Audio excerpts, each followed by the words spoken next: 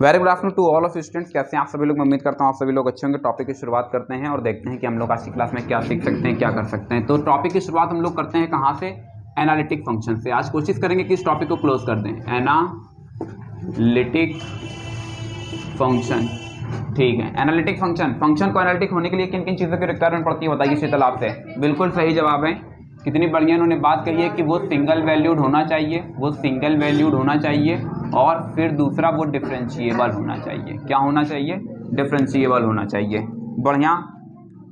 यहाँ पर जो डिफरेंशियबिलिटी का सेंस जाता है उसके लिए डेफिनेशन शायद आपको बता दिया था। F dash Z equals to क्या बन जाता है? Limit delta Z tends to 0, फिर F Z plus delta Z minus F Z whole upon delta Z. कोई समस्या यहाँ तक? ये क्या जनरेट हो जाता है? F dash Z. अब एनालिटिक फंक्शन को कंफर्म करने के लिए हमारे पास दो तरीके की कंडीशंस पाई जाती हैं। एक को बोलते हैं नेसेसरी और दूसरे को बोलते हैं सफिशिएंट कंडीशन। जो हमारे पास ये कंडीशन लिखी गई है इस कंडीशन को हम क्या नाम देते हैं? ये सफिशिएंट कंडीशन है। तो फिर जो नेसेसरी कंडीशन आती है वो क्या आती है? Necessary condition. हाँ बताइए भाई प्रशांत, नेसेसरी कंडीशन क्या आती है? C R equation. C R equation दो हिस्सों में टूट जाती है। एक आता है कार्टेशियन फॉर्म के लिए। किसके लिए? कार्टेशियन सिस्टम के लिए। जब कार्टेशियन की बात करते हैं तो कार्टेशियन में यहाँ पर कौन सा जनरेट हो जाता है? U x equals to v y and u y equals to minus का वी एक्स। बोलो भाई मानसी, यू एक्स का मतलब यहाँ पर क्या होगा? और वी वाई का मतलब डेबर वी अपॉन डेबर वाई। यानी यहाँ पर जो यू एक्स है वो असल में किसको रिप्रेजेंट कर रहा है? पार्शियल डेरिवेटिव को रिप्रेजेंट कर रहा है। किसको रिप्रेजेंट कर रहा है? पार्शियल डेरिवेटिव को रिप्रेजेंट कर रहा है। बात यहीं पर नहीं रुकती है, इसी के साथ में हम लोग एक हिस्से को और भी जानते हैं और जिसको हम नाम देते हैं क्या? पता नहीं क्या ही है।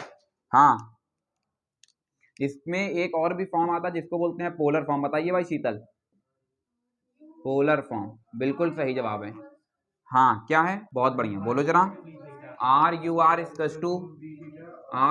Equals to v theta and r v r equals to minus का यू थीटा। यहाँ पर यू थीटा जो है उसका सेंस किस बात से होगा? पार्शियल डेरिवेटिव से होगा। किससे होगा?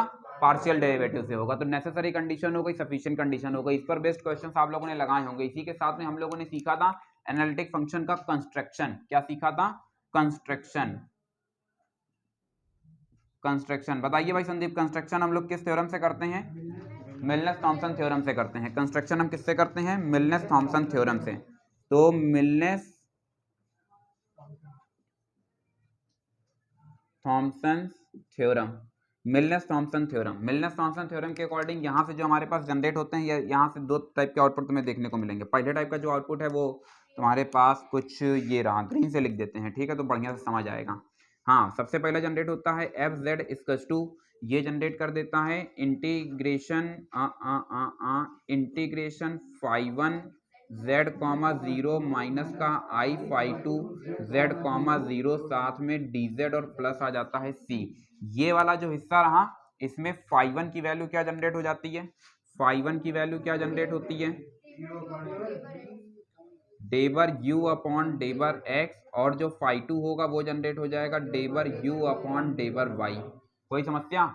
यहाँ से फिर दूसरे हिस्से को जनरेट करते हैं तो यहाँ से आपको देखने को मिलता है कुछ इस तरह से, जिसको हम बताते हैं F Z equals to psi one integration psi one Z comma zero plus का I psi two Z comma zero. ये जो पूरा हिस्सा है इसको बोलते हैं प्लस सी। इसमें जो साई वन जा रहा है, क्या कहा? इसमें जो जा रहा है साई वन, वो साई वन किस नाम से जाना जाता है? Del v upon डेबर y, del v upon डेबर y। और जो साई टू है वो चला जाएगा डेबर v अपॉन डेबर x। कोई समस्या? इसमें दोनों में ही v है, इसका मतलब ये कब वैलिड होगा? जब v गिवन होगा, और इसमें दोनों में ही u है, मतलब ये वाला कब इस्तेमाल होगा? जब u गिवन होगा। मतलब ये कब वैलिड होगा? ये कब वैलिड होगा? when v is given, when v is given। और ये वाला कब इस्तेमाल होगा? when u is given। कोई समस्या? यहां तक हम लोगों ने इतनी चीजें डिस्कस कर ली थी। क्या यहां तक चीजें क्लियर आ रही हैं? ठीक है, बढ़िया, आगे बढ़ा जाए। कुछ क्वेश्चंस करने के लिए थे जिसमें कहा था कि एनालिटिक फंक्शन को किस तरीके से जनरेट करते हैं, और साथ ही साथ ये सब चीजें, इस पर हम लोग लास्ट क्लास में चर्चा कर चुके हैं। मैं उम्मीद करता हूं कि आप लोगों ने इस पर बेस्ट क्वेश्चन अटेम्प्ट लिए होंगे। जब भी हम यहाँ पर बात करते हैं डिफरेंशियबिलिटी की, तो इस पॉइंट को थोड़ा सा और क्लियर करो। जब भी हम बात करेंगे कि फंक्शन डिफरेंशिएबल है, बिल्कुल सही जवाब है, बहुत बढ़िया।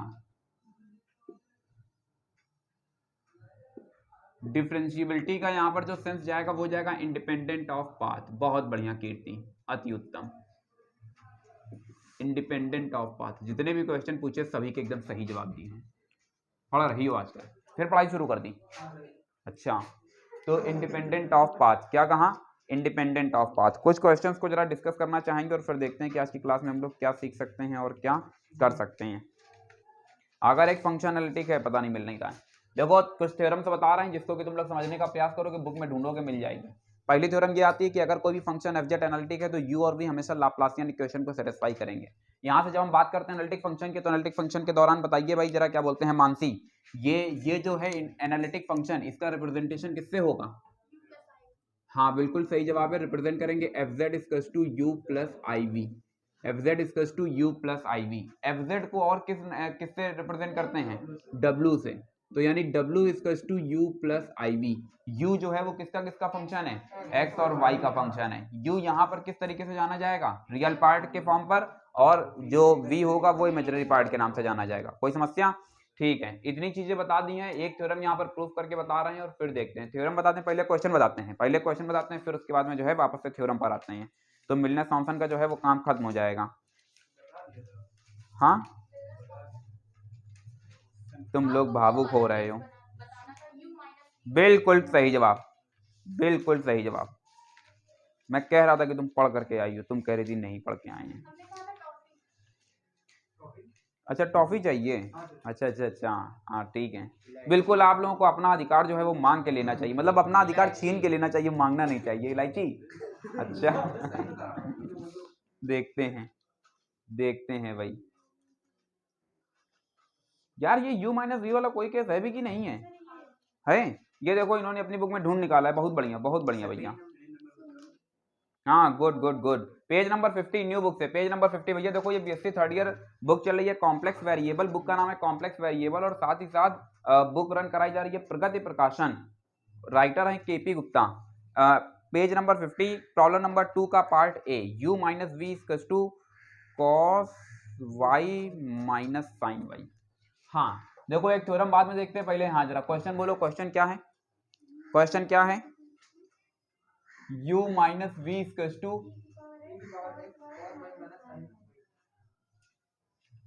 कॉस वाई माइनस का साइन वाई। अब एक्चुअली क्या है कि u माइनस वी दिया, अगर तुमको जनरेट क्या करना है, तुमको पूरा का पूरा फंक्शन एफ जेड जनरेट करना है। ठीक है, देखते हैं भाई क्या कर सकते हैं और क्या नहीं कर सकते हैं, समझने का प्रयास करते हैं। सॉल्यूशन की स्टार्टिंग कुछ इस तरह से करते हैं। ये हमको क्या कर दिया गया है? गिवन कर दिया गया है। ये क्या किया गया है? गिवन किया गया है। यहां से लिखते हैं वी नो, हम जानते हैं। हाँ भाई क्या जानते हैं? ये u plus I v equals to f z के हैं, तो हमने क्या कर दिया, इसी में u से मल्टीप्लाई करा दिया। किससे? i से मल्टीप्लाई करा दिया। किससे मल्टीप्लाई कराया? आई स्क्वायर की वैल्यू क्या होती है? तो इसको हमने पहले लिख दिया और इसमें i से मल्टीप्लाई हुआ, तो I U equals to I F Z. बोलो बनता है या नहीं बनता है? एक लंबी सी लाइन खींचेंगे और सबको क्या कर देंगे? ऐड कर देंगे। जैसे एक लंबी सी लाइन खींच ऐड किया, ये दोनों कैंसिल हो जाते हैं। अरे कुछ नहीं कैंसिल होगा, u minus v plus i, u plus v equals to i 1 plus i F z. हाँ बोलो क्या हुआ? हाँ बताइए, प्रशांत कुछ जानना चाह रहे हैं। हाँ संदीप, चलिए संदीप ने मुहर मार दी है, ठीक है। तो फिर अब हम लोग आगे बढ़ते हैं, देखते हैं क्या कर सकते हैं। ये वाला जो पोर्शन दिख रहा है, इसको हमने मान लिया कैपिटल U, इसको हमने मान लिया कैपिटल V, और इसको हमने मान लिया कैपिटल FZ। कोई समस्या यहाँ पर बता देते हैं। वेयर कैपिटल U की वैल्यू क्यों नहीं बोलते हो? U small u minus small v, capital V की वैल्यू क्या है? Small u plus small v, और कैपिटल FZ की वैल्यू क्या है? 1 प्लस आई और साथ में FZ। आई यहाँ पर आई मतलब आइसक्रीम नहीं, आई मतलब क्या? आयोटा। बात समझे कि नहीं समझे? अब मिलनस थॉम्सन थ्योरम हम लोग जानते हैं, इसमें u जो है वो क्या है? रियल, और v क्या है? इमेजिनरी। यहाँ पर क्या है? u रियल, v क्या है? इमेजिनरी। जब u गिवन होता है तो मतलब क्या गिवन है? रियल पार्ट गिवन है, तो हम ये वाला इस्तेमाल करते हैं। तो अभी अगर हमने इसको u मान लिया तो ये रियल होगा, तो यानी u माइनस वी कैसा हो चुका है? u माइनस वी कैसा हो चुका है? रियल हो चुका है। देयरफॉर वो जो ऊपर से ब्लू कलर से नोटेशन दिख रहा है, अब उस नोटेशन को फिर देखेंगे ब्लू से ही, लेकिन इस बार इसका हुलिया जरा बदल चुका है, ये कैपिटल क्यू में बदल जाएगा। बोलो भाई Sandeep, e to the power x है कि z है? क्या है? e to the power x। ऐसा लिखते हैं बताओ, हम खुद ही नहीं समझ पा रहे हैं, तुम लोग समझ जाते हो। बढ़िया, cos y minus sine y, आगे बढ़ा जाए। यार तुम तीन लोग यार बात बहुत करते हो यार तुम तीनों। हम कुछ पूछने लगेंगे हम, अरे कैसे, अरे पूछ लो। अच्छा अभी अभी चलिए ठीक है अभी। हाँ बताओ जरा इसके आगे से क्या करते हैं यहाँ, इसके आगे से पूरी वर्किंग बताओ जरा क्या करेंगे। डिफ्रेंशिएशन नहीं, पार्शियली डिफ्रेंशिएट करेंगे बस। आप कहोगे बस सर वही तो हम भी कह रहे थे। ये देखिए कंसंट्रेट करके यहाँ पर समझो, ये बहुत जरूरी है। जब दो व्यक्ति बात करते हैं तो उससे पूरी क्लास डिस्टर्ब होती है, क्योंकि जब दो बात करते हैं तो बगल में जो बैठा है सोचता है यार ये क्या बात कर रहे हैं, वो भी तुरंत झुक जाता है, उसका झुकाव वो ऐसे बैठा होता है 90 डिग्री पे, ऑटोमेटिक उसका एंगल चेंज होने लगता है। और इधर जो लोग देख रहे हैं, जो लोग इधर बोर्ड में देख रहे होते हैं, वो उधर कंसंट्रेट करने लगते हैं कि यार ये क्या हो रहा है भाई, आखिरकार क्या बात कर रहे हैं। अच्छा पूरी क्लास क्यों कंसंट्रेट करने लगते हैं उन लोगों पर, क्योंकि ऐसा लोगों को लगने लगता है कि हो सकता है कि सर ने कहीं कुछ गलत तो नहीं पढ़ा दिया जो ये गंभीर मुद्दे पर चर्चा कर रहे हैं। लेकिन होता क्या है ढोल के अंदर बोल। देखते हैं भैया, बातचीत नहीं करना। यहाँ पे डेबर यू अपॉन डेबर एक्स, डेबर यू अपॉन डेबर एक्स की बात करते हैं तो मुझे लगता है e to the power x cos y minus का sin y। मेरी बात समझे कि नहीं समझे। बहुत जल्द अगर तुम लोगों ने अपने नहीं सुधारी तो ये वीडियो बीच बीच में क्लिप काट काट के और सबके पेरेंट्स को हम भेजेंगे, बस उतना ही क्लिप उतना ही क्लिप, और नीचे लिंक करना वो दे देंगे, वो पूरा लिंक की पूरी जानकारी के लिए नीचे वाले लिंक पे क्लिक करें, पूरी क्लास आपको विजिट करने को मिलेगी। डेबर यू अपॉन डेबर वाई की जब हम लोग बात करते हैं तो मुझे लगता है ये कांस्टेंट का काम करेगा। कॉस माइनस, शायद माइनस साइन कॉमन कर लिया जाए, पहले तो ये बताओ बनता है या नहीं बनता है। ठीक है, इसको हमने एक नया नाम दे दिया क्या, फाई1। जब हम फाई1 नाम देते हैं तो अब कौन सा कलर इस्तेमाल करें भाई, चलो देखो जरा, यहां से हम लोग इस्तेमाल करते हैं फाई1। फाई1 जो है वो आप जानते हो कि यहाँ पर देखो बता क्या है, डेबर यू अपॉन डेबर एक्स होता है, माने इसमें एक्स की जगह पर क्या रख देना है जेड, और वाई की जगह पर क्या रख देना है जीरो। कॉस जीरो की वैल्यू क्या होती है 1 होती है, साइन जीरो की वैल्यू क्या होती है 0, 1 माइनस 0 क्या होता है 1 होता है। बढ़िया, तो यहाँ से कुल मिलाकर क्या मिल जाता है e to the power z। और जब फाई2 की हम लोग बात करते हैं तो फाई2 में हमको क्या देखने को मिलता है, फाई2 में क्या देखने को मिलता है भाई, यहाँ से जैसे ही रखा z, ये 0 ये 1, माने शायद फिर से यही मिल रहा है लेकिन एक माइनस साइन के साथ में, ये देख रहे हो माइनस साइन दिख रहा है सभी लोगों को, पढ़ा जाए आगे। चलिए भाई जिक्र बताइए, इसके बाद हम लोग क्या करते हैं, इसके बाद हम लोग क्या लिखते हैं। चूक गए बाबू, यूजिंग, तो तुमने ये बात कही भाई, अगर तुम लोग ये सब बातें नहीं बताओगे तो फिर एग्जामिनर को कैसे पता चलेगा। अब तुम लोग को तो उसको पता है, उसको पता है, तो उसको तो सब कुछ पता है, तो तुम कॉपी ऐसे खाली जोड़ के चले जाओ। हाँ यहाँ पे देखते हैं भाई क्या तुमको देखने को मिलता है, यहाँ से तुमको देखने को मिलेगा f z, f Z equals to integration फाई1 z comma 0 plus i minus sign आएगा, माइनस का आई फाई2 जेड कॉमा 0 साथ में डी जेड और प्लस सी। क्या यहाँ तक चीजें क्लियर हैं, क्या यहाँ तक चीजें क्लियर हैं। चलिए भाई वैल्यूज को रख देते हैं, यहाँ से हमको क्या देखने को मिलता है, फाई1 की वैल्यू क्या है e to the power z minus iota minus e to the power z। वैसे लिखने का मन तो नहीं था, यहां से माइनस माइनस क्या हो गया, तो अगर ध्यान से देखें तो कुछ कॉमन कॉमन दिख रहा है, बताइए भाई प्रभात, यही दिख रहा है। e to the power z का इंटीग्रेशन कौन बताएगा, बताइए शीतल, यही होगा 1 प्लस आई, यहां से e to the power z plus c. ये जो कैपिटल एफ जेड चल रहा है, प्रॉब्लम तुम्हारा स्मॉल में था ना, 1 प्लस आई एफ जेड, इसको हम कहां पर ले लेते हैं, इसको हम स्टार पॉइंट पर ले लेते हैं, किस पर ले लेते हैं स्टार पॉइंट पर, तो फिर सही रहेगा। यहां पर जैसी वैल्यू उसको रखा तो 1 प्लस आई, यहां से small f Z equals to 1 plus i, यहां से e to the power z और प्लस सी, ये 1 प्लस आई से हमने क्या करा दिया, डिवाइड करा दिया, तो F Z equals to e to the power z plus C upon 1 plus I. C क्या है, कांस्टेंट है, 1 क्या है कांस्टेंट है, आई क्या है कांस्टेंट है, कांस्टेंट प्लस कांस्टेंट क्या होता है, एक नया कांस्टेंट होता है, कांस्टेंट अपॉन नया कांस्टेंट क्या हो गया, एक और नया कांस्टेंट हो गया, तो इसको हमने एक नया नाम दे दिया, f Z equals to e to the power z और प्लस c1 नाम दे देते हैं भाई, इनकी भी बात रख लेते हैं, इससे भी खुश हो जाएंगे। देखो आंसर आ रहा है कि नहीं आ रहा है, नहीं मेरी बात समझे। मान लेते हैं इसी में अगर तुमको दे जाता है u प्लस बी, बताइए संदीप आपके लिए है, अगर हम ले लेते हैं कि u प्लस बी दिया गया तब क्या करते हैं, बताइए संदीप, बताइए। लो ये कितने कैंसिल ना करते, हाँ हाँ तुम बताओ। बिल्कुल सही जवाब है, सब कुछ सेम प्रक्रिया रहेगी बाबू। यहाँ पर जरा ध्यान से देखो u प्लस बी अब क्या है, वी है, वी है, वी है, माने इस बार क्या दिया गया है। हाँ, बस तुम ये फॉर्मूला चेंज कर दोगे और कुछ नहीं होगा, सब कुछ ऐसे ही कॉपी पेस्ट चलता रहेगा, बस ये वाला फॉर्मूला इस्तेमाल होने लगेगा। बात समझे कि नहीं समझे? बताइए खंड, जब साइवन की बात करते हैं तो साइवन को एक्सप्लेन करो, साइवन को एक्सप्लेन करो पार्शियली, कैसे डिफाइन करोगे?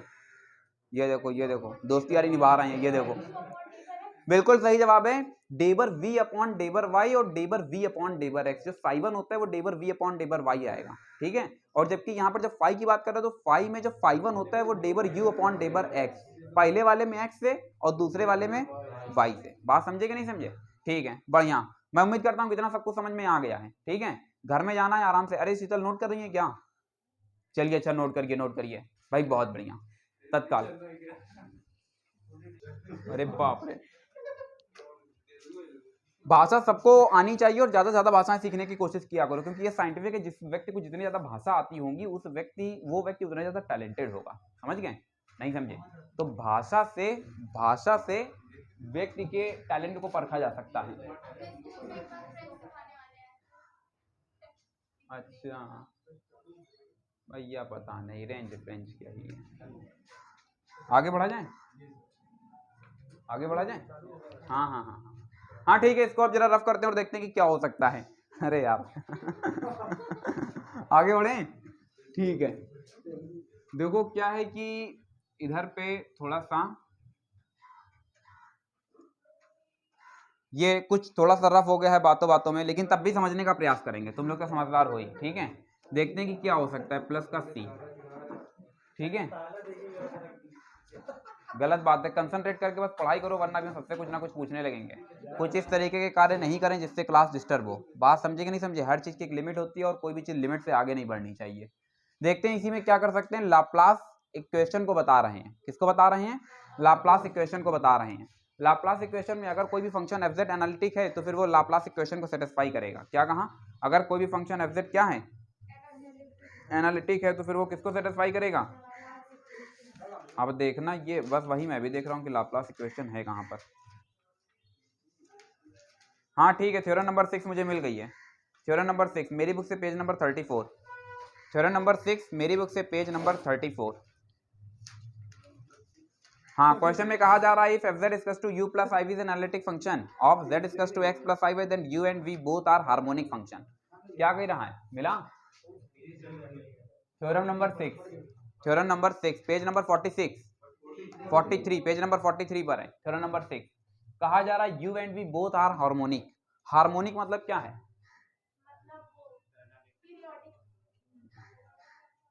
हार्मोनिक मतलब वो लाप्लासियन इक्वेशन को सेटिस्फाई करेंगे, ठीक है। जो भी हार्मोनिक फंक्शन होगा वो हार्मोनिक मीन तो आपको नहीं याद आ रहा था?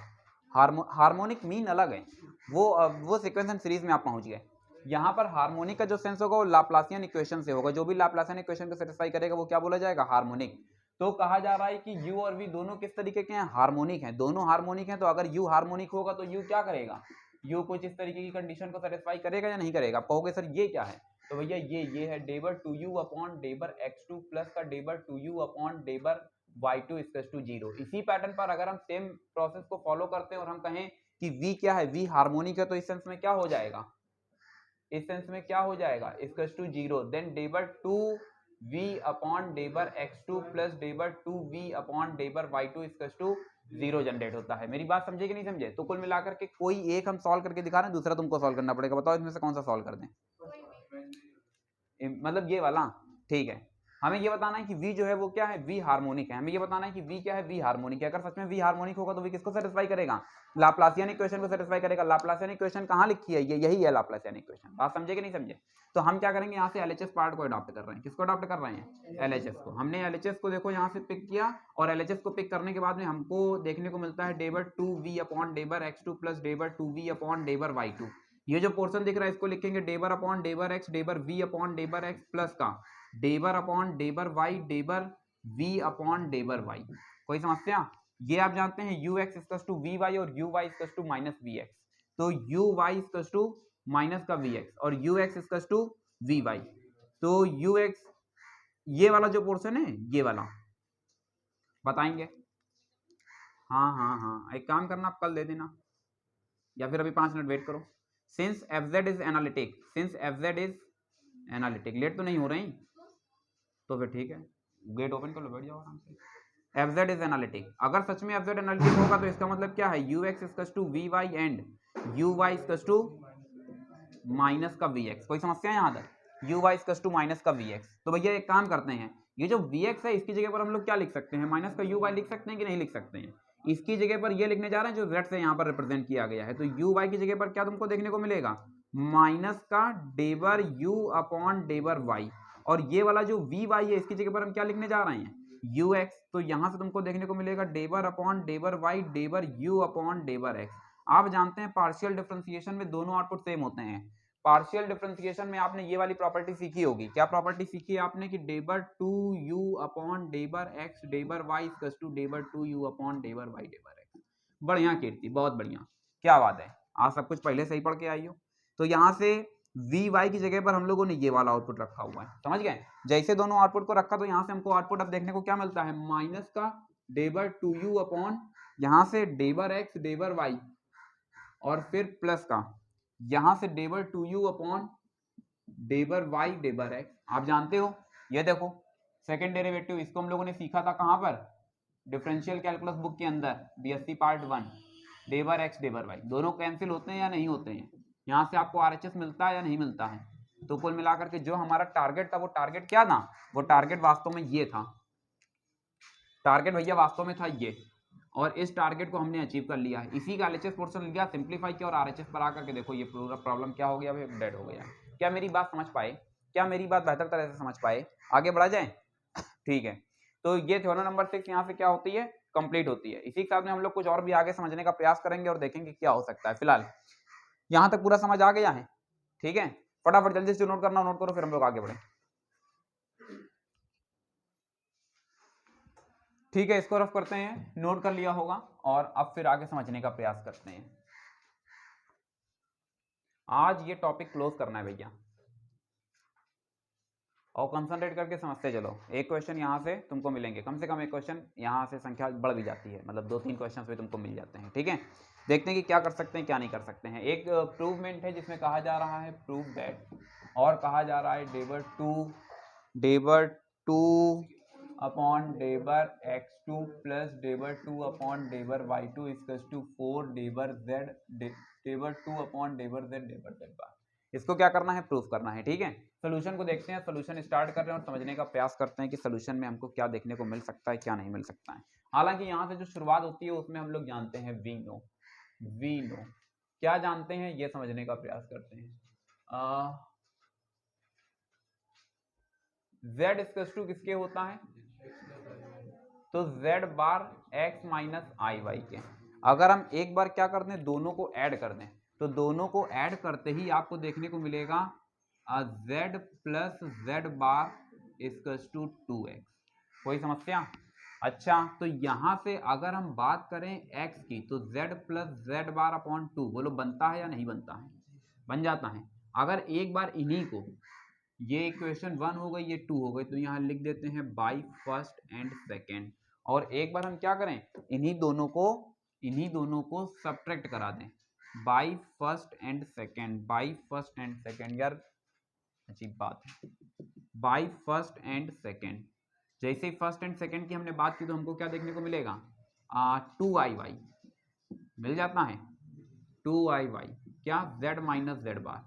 तो y की वैल्यू क्या जनरेट होती है, 1 upon 2i z minus z bar. एक काम करते हैं, इसको सिंप्लीफाई कर लेते हैं, तो i अपॉन 2 ऐसे ही रखते हैं, ज़्यादा ठीक लग रहा है, कोई दिक्कत? दो आउटपुट यहां से देखने को मिलते हैं। एक पहला आउटपुट जाएगा डेबर x अपॉन डेबर z, तो यहां से क्या देखने को मिलता है, 1 अपॉन 2। एक दूसरा आउटपुट जाएगा डेबर x अपॉन डेबर z बार, क्या देखने को मिलेगा, 1 अपॉन 2। यहां से भी देखो दो आउटपुट देखने को मिलेंगे, एक को बोलेंगे डेबर y अपॉन डेबर z, क्या देखने को मिलेगा, 1 अपॉन 2i। और एक आउटपुट फिर देखने को मिलेगा डेबर y अपॉन डेबर z बार, क्या देखने को मिलता है, माइनस का 1 अपॉन 2i। कोई समस्या यहाँ तक? ठीक है, टोटल डिफरेंशिएशन पढ़ा होगा, ये जो अभी तुमको पढ़ाया है यहाँ पर, जो बताया है, यहाँ से क्वेश्चन रेज होता है कि आखिरकार z और z बार ही क्यों। तो ये बीएससी पार्ट 1 में डिफरेंशियल कैलकुलस के अंदर सीख करके आए होंगे। जैसे ले लेते हैं, जैसे मान लिया z equals to x plus i y के होता है, इससे पता चल रहा है कि z किसका किसका फंक्शन है, x और y का। तो x और y, और x और y ये दोनों किसके फंक्शन है, मान लेते हैं t के फंक्शन है। तो जब एक डिपेंडेंट एक इंडिपेंडेंट, क्या कहा, जब एक डिपेंडेंट एक इंडिपेंडेंट, तो वहां चलता है डिफरेंशिएशन माने d। माने याद करो जब लोअर क्लासेस में थे तो y = x² तो जनरेट करते थे क्या, dy/dx, क्या मिलता था 2x माइनस का कहाँ यार, प्लस का ही है। आगे बढ़ा जाए, जबकि अब यहां पर जो z है वो फंक्शन किसका है, x और y का। तो z किसके किसके रिस्पेक्ट में हो सकता है डिफरेंशिएट, या तो x या y। और जहां पर इस तरीके का संशय उत्पन्न होने लगे वहां पर चलने लगता है क्या, डेबर। अब बताओ ये अगर x t का फंक्शन है तो क्या यहां पर कोई संशय है, नहीं है, तो फिर यहां पर डेबर चलेगा, डी चलेगा, डी चलेगा। सिंपल सी लैंग्वेज में अगर एक इंडिपेंडेंट तो क्या डी, और अगर एक से ज्यादा इंडिपेंडेंट तो क्या डेबर। यहां पर कितने इंडिपेंडेंट दिख रहे हैं, दो, एक z और एक z बार, इसलिए यहां पर क्या चलेगा, डेबर। तो यहां पर z की t से एक सीधे कनेक्टिविटी भी बन सकती है, और ये जो डायरेक्टली कनेक्टिविटी है ये वाली कनेक्टिविटी जाती है क्या, dz = डेबर अपॉन हाँ dz = डेबर z अपॉन डेबर x, फिर डेबर x यहां से dx प्लस डेबर z upon डेबर y into dy।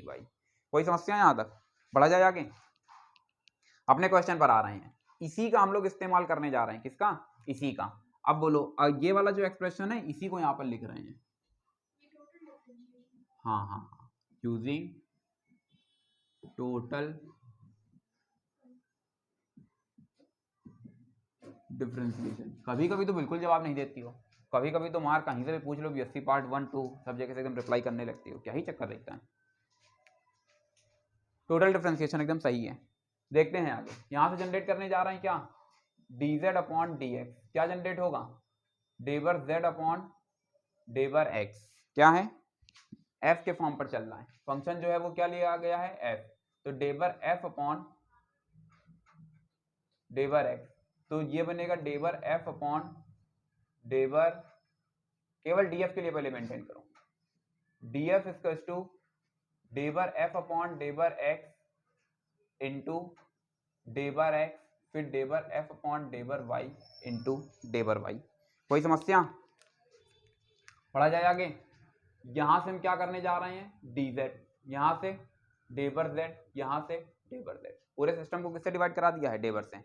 अब एक समस्या यहाँ पर तुम्हारे सामने उत्पन्न हो रही है कि यहाँ d चल रहा है तो यहाँ भी d चल रहा है, यहाँ भी d चल रहा है, वहां d डेबर क्यों आ गया।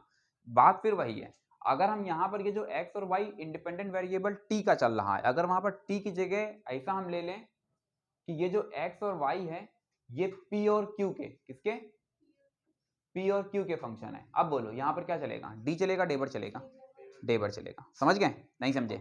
इसलिए पूरे एक्सप्रेशन में जब आप देख रहे हैं तो आपको वहां पर क्या देखने को मिल रहा होगा, डेबर देखने को मिल रहा होगा। इसी बात को थोड़ा सा इजी वे में भी बता देते हैं, अगर यहाँ पर d की जगह पर क्या कर दें, डेबर, तो यहाँ पर भी क्या चलेगा, डेबर, तो यहाँ पर भी क्या चलेगा, डेबर। मेरी बात समझे कि नहीं समझे, आगे बढ़ा जाए। सारी वैल्यूज हैं अपने पास, पुट कर दिया जाए, पुट करो भैया, सारी वैल्यूज को पुट करो, तो डेबर f अपॉन डेबर z की वैल्यू क्या तुम्हें देखने को मिलेगी, डेबर f अपॉन डेबर x अपॉन डेबर z क्या आया है, डेबर x अपॉन डेबर z 1/2, डेबर f अपॉन डेबर y अपॉन डेबर z की वैल्यू क्या आई है अपने पास, डेबर y 1/2i, 1/2i। अच्छा तो हमने क्या किया, दोनों से कुछ कॉमन जा रहा है, 1/2 कॉमन जा रहा है, तो डेबर f अपॉन डेबर x प्लस का 1/i, क्या कहा, प्लस का 1/i डेबर अपॉन डेबर y। कोई समस्या, पूरे एक्सप्रेशन से देखो तो पूरे एक्सप्रेशन से f कॉमन हो रहा है, यानी हम इसको लिख सकते हैं डेबर f अपॉन डेबर z को लिख सकते हैं डेबर अपॉन f 1/2 डेबर अपॉन डेबर x। ये वाला जो 1/i है इसी को हम लिख सकते हैं माइनस का i डेबर अपॉन डेबर y, और साथ में f से f कैंसिल हो जाएगा, तो डेबर अपॉन डेबर z 1/2 डेबर अपॉन डेबर x, फिर माइनस का i डेबर अपॉन डेबर y। कोई समस्या यहाँ तक, इस एक्सप्रेशन को यहीं पर छोड़ देते हैं। जो दूसरा वाला पोर्शन है उस पोर्शन को फिर से सिंप्लीफाई करते हैं, और वो वाला पूरा एक्सप्रेशन जाएगा किसके लिए, z बार के लिए, दो के लिए रिस्पेक्ट में डिफरेंशिएट किया ना, ये देखो z बार के लिए चल रहा है। तो जब z बार के लिए बनेगा फॉर्मूला तो क्या मेंटेन होगा आकर के, जब फॉर्मूला मेंटेन करेंगे तो क्या मेंटेन होगा, डेबर एफ अपॉन डेबर जेड बार इक्वल्स टू डेबर एफ अपॉन डेबर एक्स इंटू डेबर एक्स अपॉन डेबर जेड बार प्लस डेबर एफ अपॉन डेबर वाई इंटू डेबर वाई अपॉन डेबर जेड बार। कोई समस्या? अभी हमें क्या करना है, सारी वैल्यूज को पुट कर देना है। जैसे हमने सारी वैल्यूज को पुट किया तो मुझे लगता है एक्सप्रेशन तो सेम ही रहेगा, कुछ अंतर आएगा। सीधे लिख दें, सीधे लिख दिया जाए तो डेबर एक्स अपॉन डेबर जेड बार की वैल्यू क्या जा रही है 1/2, तो 1/2 अभी भी अपनी जगह पर रहेगा। और यहां से डेबर वाई अपॉन डेबर जेड बार की माइनस का 1/2 आई, तो कुल मिलाकर के हाँ, तो मेरे हिसाब से 1/2 आना चाहिए डेबर अपॉन डेबर एक्स प्लस का आई डेबर अपॉन डेबर वाई। बोलो बनेगा या नहीं बनेगा? ये किसका बन जाएगा, डेबर अपॉन डेबर जेड बार। कोई समस्या? अच्छा, ये वाला जो पूरा एक्सप्रेशन चल रहा है यहाँ पर इसको स्टार ले लेते हैं और यहाँ पर बता देते हैं with the help of star. क्या बता देते हैं? With the help of star. ठीक है,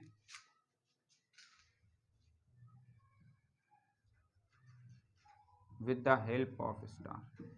ठीक है भाई, अब क्या करना है, ये वाली एक इक्वेशन रही और ये वाली एक इक्वेशन रही। जो प्रूफ करके लाना उसमें देखो डेबर जेड और डेबर जेड बार आ रहा है, 4 भी साथ में आ रहा है। तो हम लोग क्या कर लेते हैं, हम चाहो तो दो तरीके हैं, चाहो तो इनको सीधे मल्टीप्लाई करा दो। जैसे ही मल्टीप्लाई कराओगे तो 1 यानी 4 हो जाएगा।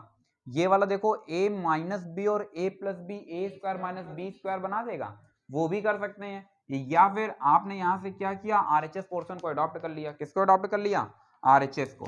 जैसे ही आपने आरएचएस पोर्शन को अडॉप्ट किया तो आरएचएस आपको क्या देखने को मिलता है, 4 डेबर अपॉन डेबर जेड डेबर 2 अपॉन डेबर जेड बार। इसको क्या लिख सकते हैं, 4 डेबर अपॉन डेबर जेड बार। बोलो बनता है या नहीं बनता है? डेबर अपॉन डेबर जेड बार की वैल्यू अपने पास नहीं है, डेबर अपॉन डेबर जेड की वैल्यू अपने पास नहीं है। अप्लाई कर पाओगे या नहीं कर पाओगे?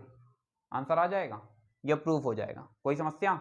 यानी अभी तक हम लोगों ने जो समझा उसमें हम लोगों ने सीखा था सिंगल वैल्यूड फंक्शन के बारे में, डिफरेंशिएशन मतलब इंडिपेंडेंट ऑफ पाथ, इस पर बेस्ड क्वेश्चन, नेसेसरी कंडीशन, कई क्वेश्चंस लगाए हुए हैं, पोलर फॉर्म पर बेस्ड कई क्वेश्चंस लगाए हुए हैं, मिलनेस थॉम्पसन कंस्ट्रक्शन सीख लिया था।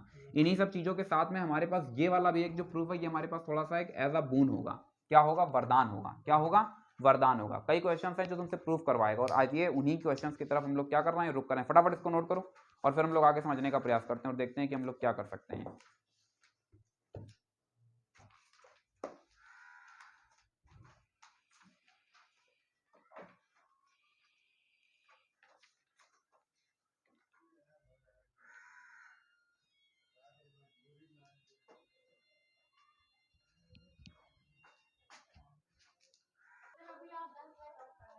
ठीक है, चलो समझने का प्रयास करते हैं और देखते हैं कि क्या हो सकता है। और पढ़ा लें 10 मिनट। चलिए ठीक है, मुझे आप जैसे लोगों की जरूरत है। भैया कीर्तिया तुमको क्या ही हो गया है, आप तो एकदम बदली बदली सी दिख रही हो। अरे नहीं, ऐसा ही है। चलो अच्छा, लेकिन ये है कि आप वीडियोस देखते होंगे तो अगर 1 घंटे की क्लास है तो 1 ही घंटे पूरा पढ़ाते हैं। हाँ, अरे मतलब अप्रोक्सीमेट मतलब आप समझ लीजिए, वरना टीचर 1 घंटे की जब क्लास हो, टीचर 1 घंटे पूरा थोड़ा ही पढ़ाता है। 30 मिनट 35 मिनट की क्लास होती है, कुछ आधा समय तो तुम लोग नोट करने में लगा देते हो। चलिए, टेक्नोलॉजी से कम ये तो पता चल जाता है कि मैं कितना ईमानदारी से अपना काम कर रहा हूँ। चलिए अब देखते हैं कि क्या हो सकता है यहाँ। वरना आधे लोगों को तो लगता होगा कि सर बतियाते ही रहते हैं, आधे लोगों को तो ये लगता होगा कि बतियाते ही रहते हैं। वो देखो इधर हम बतिया रहे हैं, उधर वो अपना। देखते हैं आगे क्या हो सकता है। इंपॉर्टेंट क्वेश्चंस की तरफ रुक कर रहे हैं, ठीक है। देखते हैं क्वेश्चन नंबर, ये प्रॉब्लम नंबर 11 एमएससी 2002 में पूछा गया प्रॉब्लम है, पेज नंबर 45 मेरी बुक से। कहा जा रहा है कि अगर एफजेड एनालिटिक है, रेगुलर फंक्शन का है एनालिटिक का, दोनों का सेम मीनिंग होगा। क्या कहा? रेगुलर फंक्शन कहे या फिर क्या कहे, एनालिटिक, दोनों का कैसा मीनिंग होगा? सेम मीनिंग होगा। कह रहा है तो प्रूव करो डेबर 2 अपॉन डेबर y2 equals to log f z bar क्या ही है यार, एफ डैश जेड, और क्या चल रहा है, इक्वल्स टू 0। मिल गया, यही है यहाँ, सही है। देखते हैं आगे,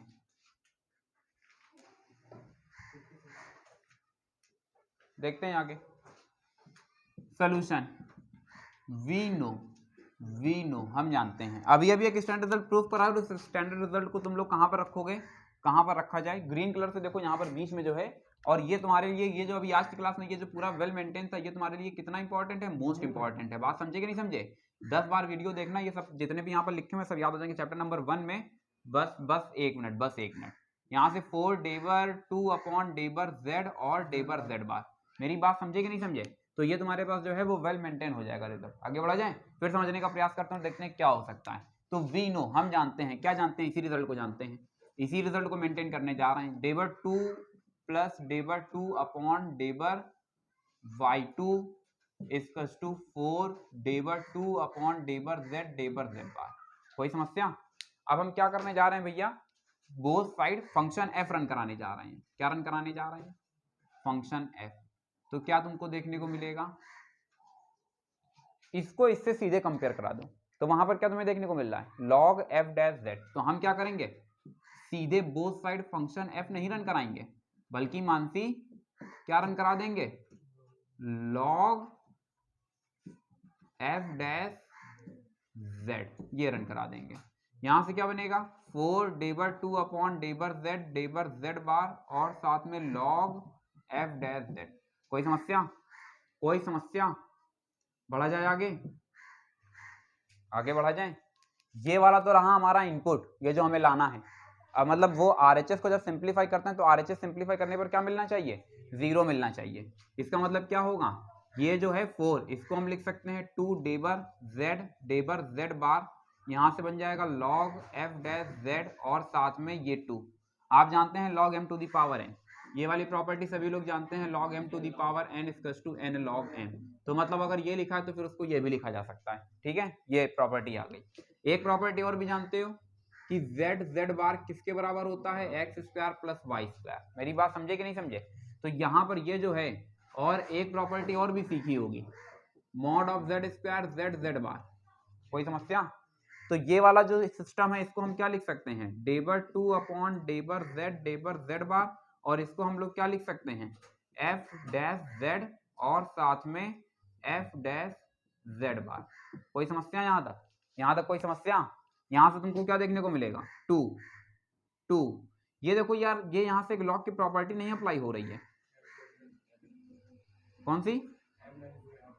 हाँ, लॉग ये बार है, ये कंफ्यूज ना हो जाना, कंफ्यूज नहीं होना, डेबर z बार। यहाँ से बनेगा f dash z plus log f dash z bar. कोई समस्या? एक बार ये डेरिवेटिव को अंदर रन करा रहे हैं, डेबर अपॉन, हाँ इसको देखो, इसको थोड़ा सा फिर मॉडिफाई करके लिख रहे हैं, ये 2 अपनी जगह पर, डेबर अपॉन डेबर z और डेबर अपॉन डेबर z बार। कोई समस्या? इसको जब हमने अंदर भेजा तो ये तो केवल z बार को ही ऑपरेट करेगा ना, तो इस दौरान इसका डिफरेंशिएशन 0, और इसको जब डिफरेंशिएट किया तो ये क्या बना करके दे देता है, डेबर अपॉन डेबर z 1 upon f dash z bar into f double dash z bar. बोलो बनता है या नहीं बनता है? बन जाएगा। एक बार इसको हमने फिर डिफरेंशिएट किया, अब क्योंकि ये पार्शियल डिफरेंशिएशन है, अंदर फंक्शन क्या चल रहा है, z बार, बाहर क्या है, z, तो डिफरेंशिएशन 0, माने ये जो इधर LHS चल रहा था वो RHS के इक्वल है, प्रूव हो गया। कोई समस्या? क्या यहाँ तक कोई समस्या? इसके नीचे वाला देखो, मुझे लगता है आसानी से कर सकते हो। प्रॉब्लम नंबर 12 दिख गया? प्रॉब्लम नंबर 12 दिखा या नहीं दिखा? आगे बढ़ा जाए, आगे बढ़ा जाए, ठीक है। एक इसी में देखो, इसी का तीसरा पार्ट बता रहे हैं, तीसरा पार्ट मतलब ये problem number 13, problem number 13, problem number 13, problem number 13 में यहाँ पर क्या बोल रहा है, रियल पार्ट ऑफ, क्या बोल रहा है, real part of F Z square mod में है, मॉड में है, इसका टू क्या बोल रहा है, 0, इसका टू 2,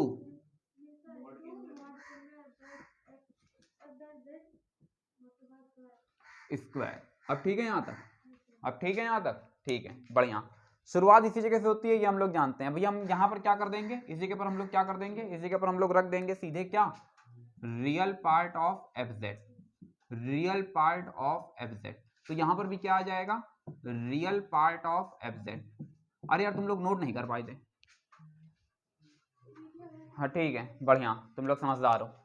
आगे देखते हैं, अगर थोड़ा सा यहाँ पे जरा कंसंट्रेट करना, कुछ पूछने जा रहे हैं, शीतल बताना इस बार, ठीक है। अगर हम लिखते हैं z equals to x plus i y, तो इसमें x क्या बोला जाता है? Real part. और इसको हम लिखते किस तरीके से Prashant? Real part of z equals to x. बोलो लिखते हैं या नहीं लिखते हैं? तो यहाँ पर ये जो लिखा गया है fz equals to u plus I V, अगर हम यहाँ पर लिखते हैं रियल पार्ट ऑफ fz, तो इसका सेंस किससे जाता है? u से चला जाता है। तो इसका मतलब ये हुआ कि अगर हमें रियल पार्ट ऑफ fz चाहिए तो हमको क्या करना होगा? हमको क्या करना होगा? हमको करना ये होगा कि जो fz चल रहा है u प्लस आई वी, इसका लेना होगा कॉन्जुगेट। तो fz बार क्या जनरेट हो जाएगा? u minus i v. दोनों को हमने क्या कर दिया? ऐड कर दिया। तो fz और plus fz bar whole upon 2। बोलो ये बनता है या नहीं बनता? आगे बढ़ा जाए? ठीक है, देखते हैं कि क्या हो सकता है। तो यहां पर जो चल रहा है ये रियल पार्ट ऑफ z, इसकी जगह पर हम क्या लिखेंगे? fz प्लस fz साथ में मॉडुलस, अरे रे रे रे रे z बार। कोई दिक्कत? आगे बढ़ा जाए? ये यहां पर 4 आ जाएगा, ये 2 स्क्वायर से हट करके बाहर आएगा तो क्या बना देगा? 4 बना देगा। तो ये 4 और अपॉन में 4, ये वाला जो पोर्शन बच रहा है इसको हम लिखना चाह रहे हैं fz plus fz bar square. कोई समस्या? ये वाला जो पोर्शन है अभी देखो फिर मैंने रफ कर दिया, अभी इसके पहले पढ़ा रहे थे, तो यहां से बस थोड़ा सा रफ करते हैं और देखते हैं कि क्या हो सकता है। ये कैंसिल हो जाता है, डेबर 2 अपॉन डेबर z बार, और ये वाला जो आउटपुट है ये बना देता है fz, ध्यान देते रही ना, fz बार, और फिर दूसरा बनाएगा fz बार और होल बार। अभी बता रहे थे z bar mod of z square, पढ़ा रहे थे प्रॉपर्टी। क्लियर है यहाँ तक? ये कॉन्जुगेट प्रॉपर्टी से ब्रेक होगा, स्प्लिट हो जाएगा। जैसे ही स्प्लिट होगा ये किसमें बदलेगा? fz बार, और ये बदल जाएगा fz बार प्लस fz। किसी भी नंबर का 2 बार कॉन्जुगेट करा देने पर हमको वापस से वही नंबर मिल जाता है। तो जब ये अंदर जाएगा तो एक बार इसके पास बाहर आएगा, एक बार इसके पास बाहर आएगा। अब z के पास तो डबल बार बाहर आ चुका है, तो मतलब क्या हो जाएगा? वो सिंपली fz। ये fz प्लस fz बार जो ये लिखा गया है वही ये लिखा गया है। तो इसका मतलब हम इसको क्या लिख सकते हैं? डेबर 2 अपॉन डेबर z बार, फिर fz प्लस fz बार का होल स्क्वायर। ये बात एकदम सही है। मुझे कुछ रफ करना होगा, एक काम करते हैं इधर से ये रफ कर देते हैं, तुम लोग के लिए बेकार की बात है, छोटी सी बात है तुम्हारे लिए, उधर साइड में लिखा ही है, ठीक है। और फिर देखते हैं कि क्या हो सकता है। एक काम करो, इसको जरा करो डिफरेंशिएट। पहले किसके रिस्पेक्ट में? पहले किसके रिस्पेक्ट में? z बार के रिस्पेक्ट में। तो हम इसको इसी जगह से स्प्लिट कर रहे हैं, जरा ध्यान देना। इसको लिख रहे हैं डेबर अपॉन डेबर z बार, ठीक। जब z बार अंदर जाएगा तो 2 आगे आ जाएगा, और ये तुमको बना करके क्या देगा? इसका 2। इसके बाद से भैया यहाँ चल रहा है, ब्लैक से लिख रहे हैं, ब्लैक वाला ब्लैक से टैली करा लेना। तो यहां से इक्वल 2 आगे आया, फिर डेबर अपॉन डेबर z आ जाएगा, fz प्लस fz बार आएगा। बोलो आएगा या नहीं आएगा? नहीं आएगा। चेन रूल लगेगा, 2 आगे आएगा, ये एक्सप्रेशन बच जाएगा। अरे भाई एक्स स्क्वायर का डिफरेंशिएशन 2x होता है। फिर डी बाई डी जेड बार अंदर जाएगा तो ये वाला, और एक आउटपुट बचेगा f डैश z बार बचेगा। ये वाला 0 हो जाएगा और ये वाला f डैश z बार। कोई समस्या? ये वाला z के रिस्पेक्ट में हो रहा है तो ये कांस्टेंट का काम करेगा, 2fz बार बाहर आ जाएगा। हाँ, fz और प्लस का fz बार। यहां से बोलो जरा क्या तुमको देखने को मिलता है? इसका डिफरेंशिएशन और इसका डिफरेंशिएशन f डैश z और फिर f डैश z बार। ये वाला जो आउटपुट है इसको हम क्या लिख सकते हैं? हाँ सही है, शायद फिर से रफ कर दिया है, f डैश z स्क्वायर। बोलो बनता है या नहीं बनता है? कोई समस्या? हाँ बोलो बोलो, हाँ बोलो, कहाँ पर क्या दिक्कत है? अरे ठीक कैसे है? एकदम सही होना चाहिए। हाँ बताएं कहाँ पर सही चल रहा है? ठीक है अखंड, ठीक है, अखंड ने मुहर मार दिया सही की, तो मान लेते हैं सही है। ठीक है, तो फिलहाल आज के लिए बस इतना ही रखते हैं, मिलते हैं फिर किसी नेक्स्ट क्लास में कुछ न्यू प्रॉब्लम्स के साथ में। फिलहाल आज के लिए बस इतना ही। Thank you so much to all of you and as always may God bless you all.